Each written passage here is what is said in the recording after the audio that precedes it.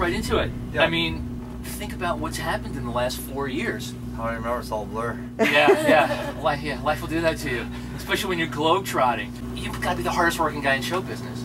I think you've taken the crown from James Brown. No one can take the crown from James Brown. No one. You guys are constantly touring. I saw him perform. I saw James Brown perform in New York at a private party shortly before he passed away. He was kicking ass on stage. I mean, he was strutting, dancing, swiping, just like. I mean, you know, I was waiting for him to yell at his band because I always hear about the stories of him, like, you know, docking fees from his bandmates for like messing up a drum cue or something. But I mean, just his energy and his exuberance at that age, all the way till he died.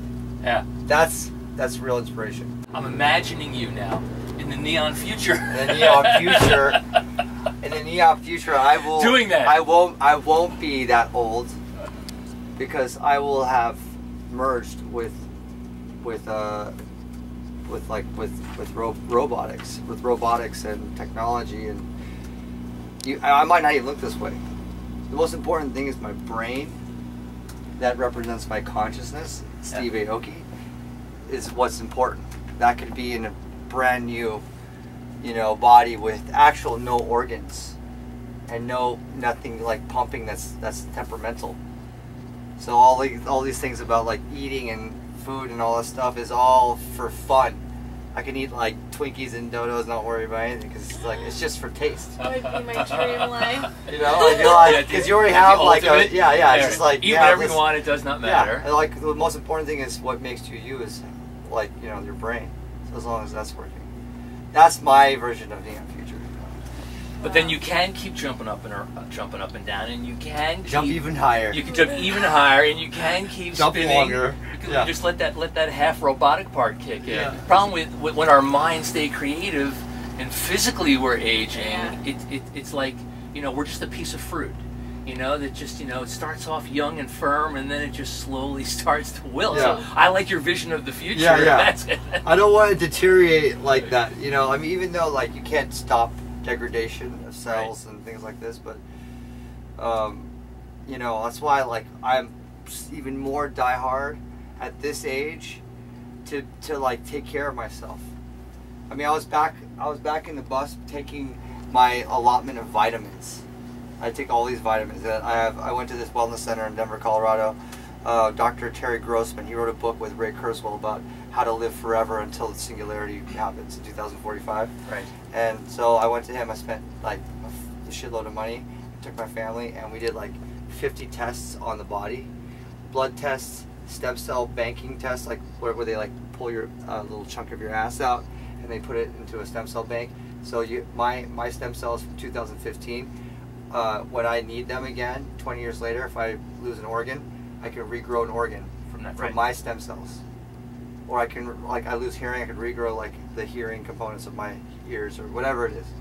So we did that. We did like all these samples. So I know I have a full 25-page list of my telomeres, on my DNA strands, of the length of them, to like every sort of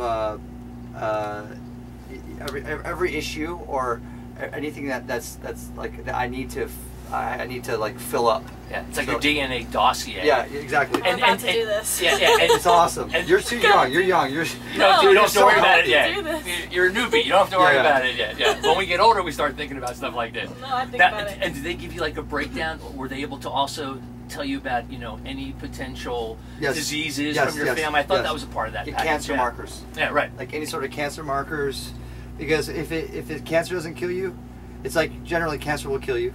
Cancer or heart disease, or heart disease. And then if those two don't kill you, then it's brain degenerative diseases like Alzheimer's or dementia. But like those are the four you have to really worry getting about. Heart palpitations. You know, so I mean, I'm really obsessed about this kind of stuff. You know. Yeah. Well, it's good to be conscious of it. You know, you mentioned the vitamin thing. Yeah.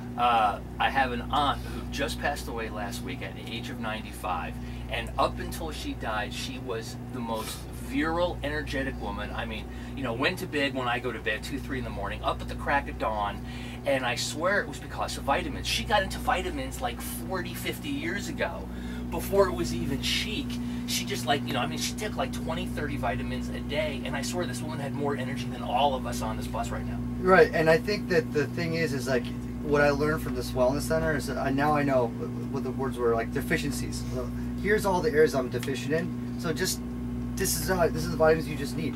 You don't need everything because like you're deficient in these areas, you know. Right. So it's like, okay, good. Now I know that. Now I'm preventing, you know, future problems that will occur. You know, I mean, I'm generally healthy. Right. We're all really healthy. Moxie's like a symbol of health. You know, she's vegan. You know, but she's vegan because she doesn't want to kill animals, which is even more cool. No, I take like tons of herbs every day. Yeah, So she's not vegan healthy. for selfish reasons. She's not vegan. She's vegan for selfless reasons. No, That's right. but I've been Right. vegan since I was 3. So I mean, vegetarian. I'm mostly vegan, but You're vegetarian. But I You're sometimes have vegetarian. pizza and I sometimes have ice cream. But Okay, so now that's if Yeah. you've been doing that since you were that young, Yeah. was it something you picked up from your parents? no, my mom took me to this like turkey farm when I was I'm 3 years surprised. old before Thanksgiving, and there was a turkey, and I started crying that we were gonna eat the turkey, and ever since then I'd be like, was this meat? Was this alive? Did this have a head? Like, Oh, you've got a definite bond going on there then with Yeah. nature that you just like we're not gravitating towards the norm to Yeah. go vegan. Because I know most of my vegan friends, like something happened. There was this Yeah. pivotal moment in their life. They either had a health scare or someone else in their family something, got yeah. them Right. turned on to it. Right. So that's why and I'm he really knows my intrigued dad. by He's your like approach. old to it. school Italian, loves like Italian food. He's like, she won't eat a meatball. There's something wrong with her. She's a dirty hippie. Get outta Yeah, here. get out of here. You know, I bring my chicken parmesan. What kind of girl doesn't like a nice spicy meatball? Exactly. Continuing with the whole neon future, Yeah. man, part 1, okay? Part 1. So I mean, I could talk at lengths about more of the science side of Neon Future, which is really why it's called Neon Futures, because my obsession, fascination with the science and technology of where we're going. Right. Which is why Ray Kurzweil and Aubrey Gray are on Neon Future 1. Neon Future 2 is a bit of, it's a departure, it's more of like an evolution of Neon Future 1, and I'm more tackling ideas of space and travel and like that element. So I have two pioneers in the space field in 2. I have J.J. Abrams closing the album. So if you know J.J. Abrams, he's been Very familiar with his work. he is the kingpin of science fiction Right. of our generation. And been a fan of his since Alias. Yeah, right. And the now he's television series with directing Jennifer Star Garner. Wars. Right. Now he's, And he's he's- a huge movie guy. I've been a good friend the last couple of years, and he's a music geek. Like I've been in his studio. He's like, yo, Steve, check out this like 5 vintage synths that like 6 people have. You know, And he's like that kind of didn't guy. he win a couple years ago? He won a Grammy or an Oscar for, I think it was a Grammy actually, for he actually did Wrote his own music, yeah. music for a soundtrack. But it was funny because when he talked about it, he said he hates to even admit that he got it because he knows it's going to piss off his music friends because it was basically just like a patch, and he just like he hit one note on a keyboard and like that was the sound, and he said I won an award for it, so he was really humble about it. Yeah, he's honestly such a great guy. So we got J.J. Abrams, I got Kip Thorne, who astrophysicist. He's been in the field, highly respected. Works with Stephen Hawking, and you know, he's like on the same level, trying to find that theory of everything. And he's also the executive producer of my favorite film, Interstellar. Yeah. So then I have I wrote the song called Time Capsule and a song called Light Years, and they're both space related, all in Neon Future 2. But the lead single is I Love It When You Cry, which is a song that you know, me and Moxie birthed together, and How long was the gestation period? well, like she's like she actually was working on the song with like it was her song. I came in like almost like an adopted father in a way. So yeah, so she like the proud adopted father. She was already It was like immaculate conception. yeah, basically she was working on it with, you know, a whole other team. Like she was canoodling with some other writers, and is that a word? And then that would still work. Yeah, and then like was it going well with the canoodling? yeah, with the other canoodling writers? with the writers was great because Okay. one of the writers canoodle with me. I didn't know her, so I was commingling with Jason. With Jason, this guy, because it's a free spirit, free world. You just canoodle with all kinds of different things. Exactly. So then we were like working, and he's like, "Yo, I got this song that needs a remix." And that's how it started. It was a remix. I was like, "Oh man, a remix! I just don't have time. I'm in the middle of Neon Future. I can't think about remix." And then he's like, "Oh, just to send me the fucking remix. Send me the track." And then like I sat with it for 2 days. I fucking absolutely fell in love with the vocal. And then I was like, "Just send me the acapella." And then I just worked on it. And in like literally like a day, I was just inspired. It's like sometimes those moments of inspiration where you can write some of your biggest records. Right. And then send it back I always to them. I always think the biggest hits come the fastest too. Yeah. It seems the ones you belabor over, and the ones you put the most into, those always seem to be the ones that are, will tend to fall by the wayside. And then sometimes the hits are just like flow out of you. Right. It just happened. It came. The magic was there. Boom. Recorded, mixed, done. Exactly. And there's been a few cases like that's happened to me. Like No Beef was written in 4 hours, not the vocal, the music. Turbulence was written in like 3 hours, just the music side, not the vocal side. Yeah. And then, like my side of I Love When You Cry was written in like a night, an inspired night in Ibiza. I love the track. I love your vocals on it, Moxie, and the video.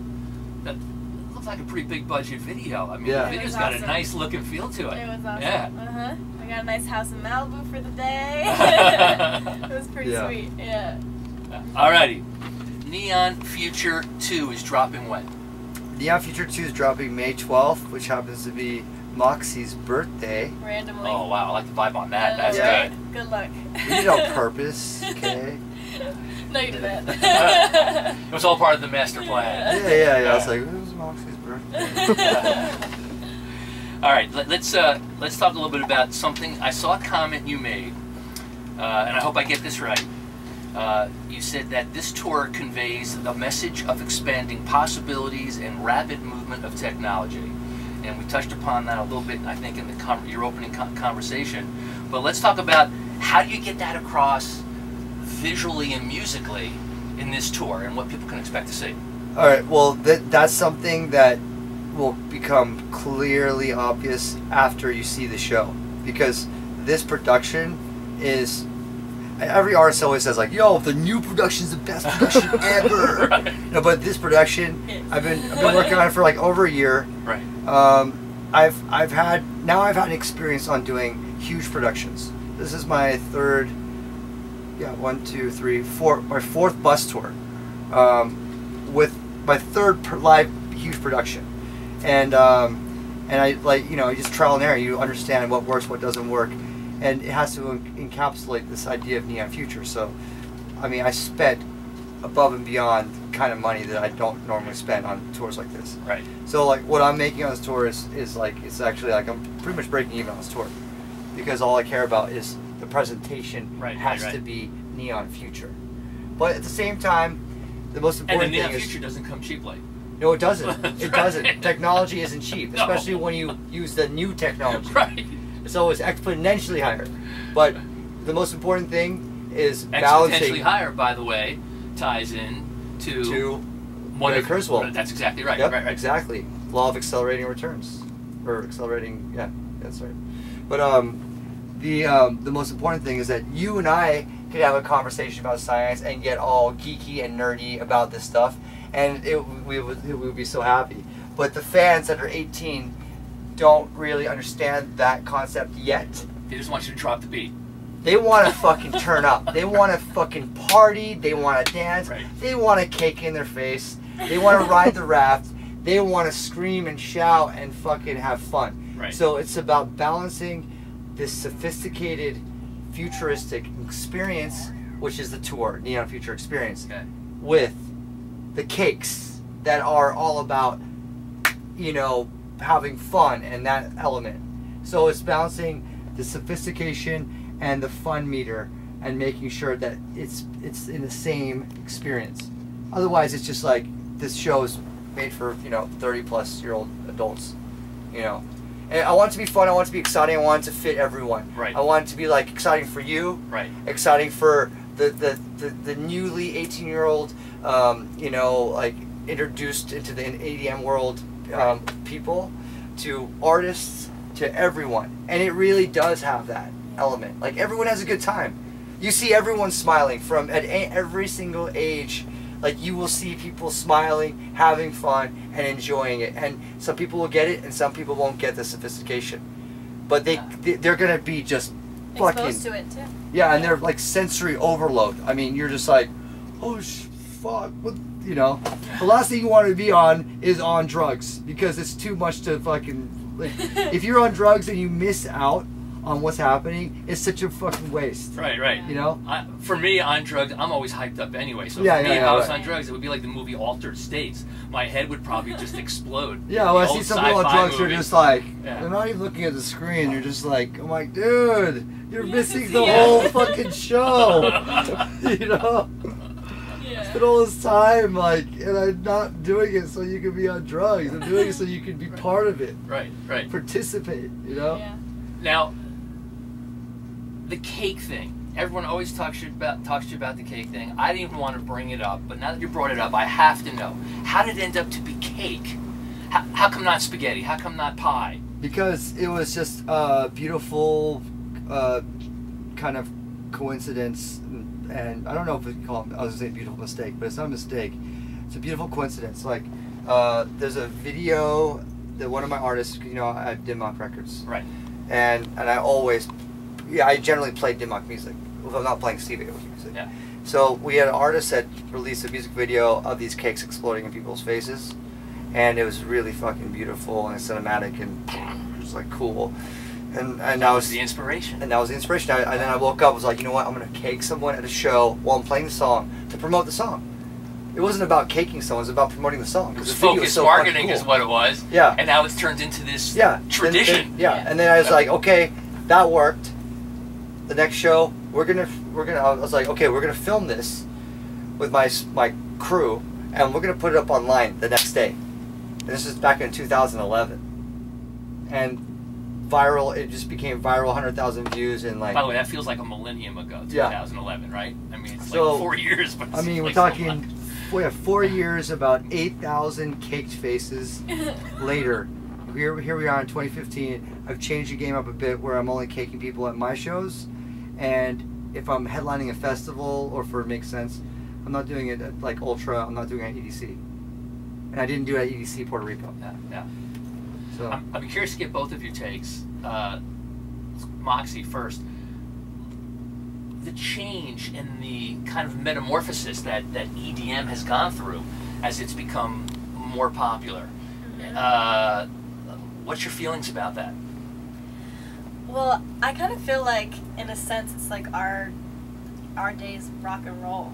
Like, you know, so I actually wasn't super into it before, before the past, 2 years. So I don't know if I can really comment so much on its evolution. I think Steve would have a better answer about that. But, I mean, I think it's, speaking of, the neon future, I mean, it's just, that music is created with sounds on a computer. It's just so interesting, you know? Yeah.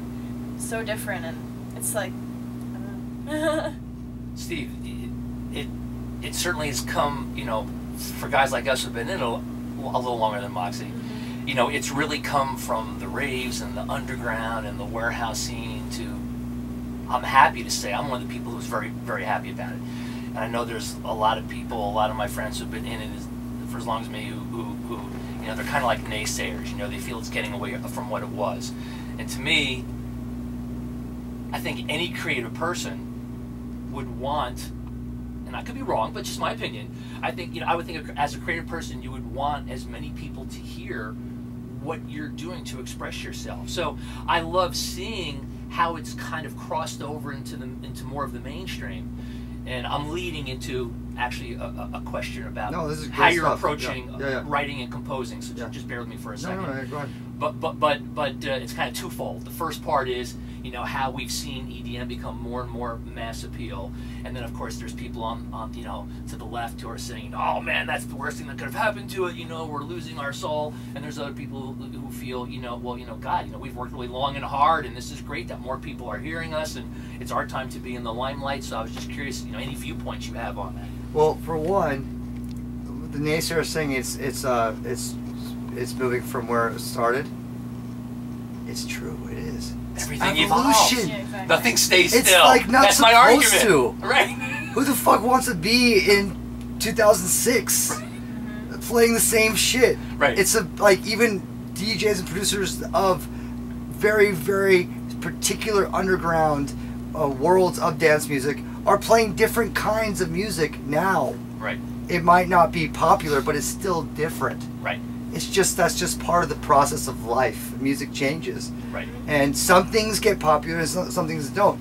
And one thing that like also that people don't realize is like dance music by and large is still really underground because we're not actually on the radio. Right. There's only Calvin Harris. There's only Avicii sometimes. Right. There's only like a few David Guetta records. Right. But then there's Zed's new one with Selena Gomez. Zed, It's already broke the top 40 right. airplay really quick. But there's that's obvious because Selena Right. Gomez. Right. But there's thousands of other producers that stay clearly in the insular community of dance music. Right. And they produce only for the dance heads. I mean, it's just they make up 90% of the music. Right. It's just like that. Those like 5% of those artists that make it in the commercial space, all of a sudden, you know, they represent such a large portion that they're like, well, now dance music's mainstream.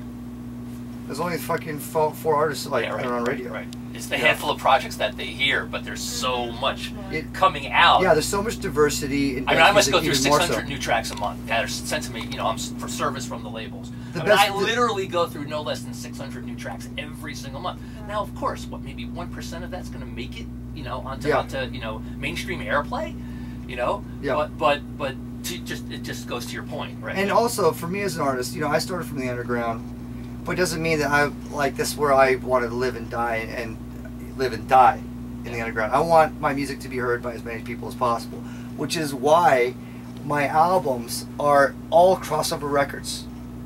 Because I do a song with Linkin Park, I'll do a song with Snoop, I'll do a song with Waka Flocka, I'll do a song with Fall Out Boy, I'll do a song with Moxie, I'll do a song with so many different artists, from like my favorite female pop singers to my favorite rock bands, to my favorite hip hop artists, to whatever it might be, just to cross over and fucking tear down walls and build more bridges. Right. Yeah, and like it's not necessarily about getting on the radio so much as to get like just to broaden the horizons of you know of our scene, because the walls are all going down, especially at this time. Right. There's nothing stopping it anymore, because the internet has just made everything completely open. Yeah, there is no wall anymore. There is no wall. You can't. Right. You can't. I mean, that's good and bad. Yeah. But there's more good in that. Yeah. You know. When you're approaching a song and you know you want it to be radio friendly or you want to reach the masses, you're probably going to take some other creative approaches to it in terms of song structure and different aspects. Would you say that's true? Absolutely. Yeah. That's actually a new process for me. When Delirious, when we transformed Boneless, which was a massive club record around the world, people were just humming along, bum bum bum bum bum. Bum, bum, bum, bum, bum, bum. You see how like little kids making vines. I mean, right. It was just like happening around the world. And it was a big record for me. I was like, okay, now I'm ready. That was your first foray, I think, into top 40 radio. Yes, it was my first, and that was the first time where. Even though you've been making a lot of music for a long time. I never approached a song in such a manner to understand how to crack radio, and I went to so many different studios, worked on the song with so many different writers. I mean, like 40, 50 different top lines to that record, honestly. And it like actually had a big rapper on it before Kid Ink, and I can't even say the name. He's like one of my favorite rappers ever, and we had to take him off to like get a more radio rapper. You know, like, you know, not necessarily like Kid Ink is a radio rapper, but it was like, okay, he's gonna fit this record, and our aim is not necessarily to make a cool record like that I've been doing. This is the new challenge, is how to break radio. And once you get a taste of that, now I think Pandora's box This opens one, up. This one is There you go. this is the next big radio record. I Love It When You Cry.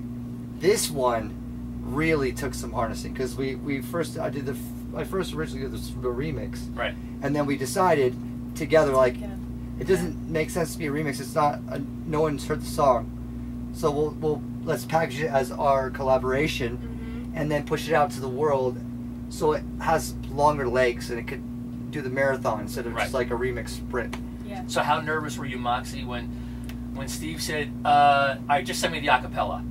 Considering that all that work was already in the song, and now you knew when you were sending him the acapella. No, I okay, use this a is lot of starting music, all but like over. the sitar, all the guitar yeah. work. That's all her and her team. No, I wasn't really nervous, and to be honest, I didn't even know that the acapella was being sang, because I knew it was going for a remix, so, I mean, I wasn't nervous, because I just thought it was a remix, you know, and then when I heard it, I loved it, so. You know, And then I was like, you know what, guys? I feel this might be a little bit premature, but I'm gonna play it at Tomorrowland main stage closing set in front of 60,000 people, and I heard like a rumor that that was happening. Millions of people. I heard that there was a rumor that was happening, and then all of a sudden Jason was like, "Check this link," and I was like alone in a hotel room, millions of people watching, clapping along to my voice. I just started crying. I was like, it was the biggest. I was thing like, that this is had ever not. happened This to me. can't be a remix. This is like this is a single that we're going to get behind, and we're gonna make this a radio record. We're gonna do our goddamnedest to make it. God darnest. Yeah. God darnest.